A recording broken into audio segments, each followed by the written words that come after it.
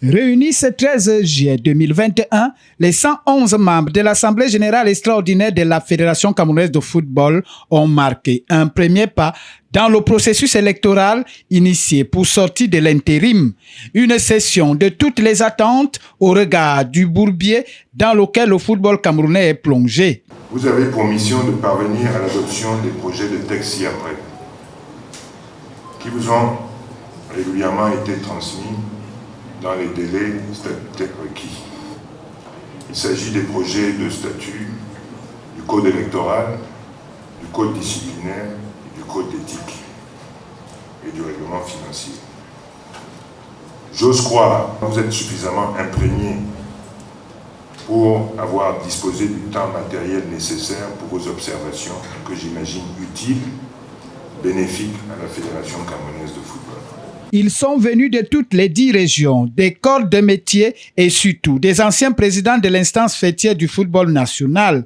Une présence forte et significative dans cette session. Je viens d'assister à une assemblée où les gens ont été responsables. Ils conduisent un processus. Ça veut dire quoi? Ça veut dire que comme ils sont intérimaires, ils n'auraient pas pu laisser le travail à moitié fait. Donc, ils ont préparé, ils ont voté des textes qui peuvent servir à tout le monde. Ça veut dire qu'ils préparent des élections qui auront lieu certainement en octobre. Quel que soit celui qui va se présenter, je crois qu'on lui laissera la place, d'après ce que j'ai vu. Mais c'est l'interpellation qui a été faite dehors qui a mal présenté la réunion.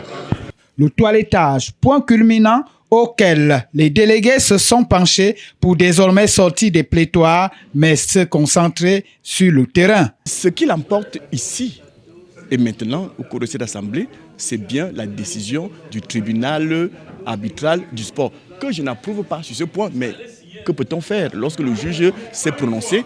On se plie, même si on n'est pas d'accord avec la décision.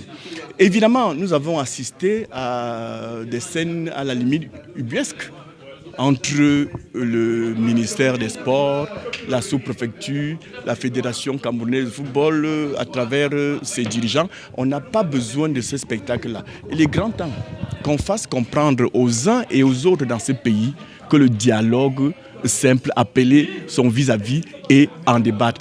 Un moment d'échange, de partage pour tous, dans un esprit de convivialité, mais surtout de renouveau. S'il y a une bonne remarque à faire, c'est qu'il y a d'abord une innovation dans ce processus d'adoption. Par rapport aux années antérieures, là où les gens étaient surpris d'avoir des textes pendant l'Assemblée, il n'y avait pas moyen de lire les textes et de mieux les corriger. Or, cette fois-ci, on a pu avoir les textes au moins 8 jours avant. Donc, depuis le 5, nous avons eu les textes, nous avons eu le temps d'essayer de scruter, d'essayer de voir quels sont les contours, qu'est-ce qui dérange, qu'est-ce qu'il faut modifier, quels sont les amendements à apporter. Ça a permis à ce qu'on puisse avoir cette assemblée que vous avez vue avec l'adoption des textes qui plus ou moins ont été corrigés, mais qui sont quand même favorables pour une meilleure avancée. Au final, les statuts et textes réglementaires ont été adoptés à la majorité absolue des votants, signe d'un nouveau départ et d'une nouvelle dynamique.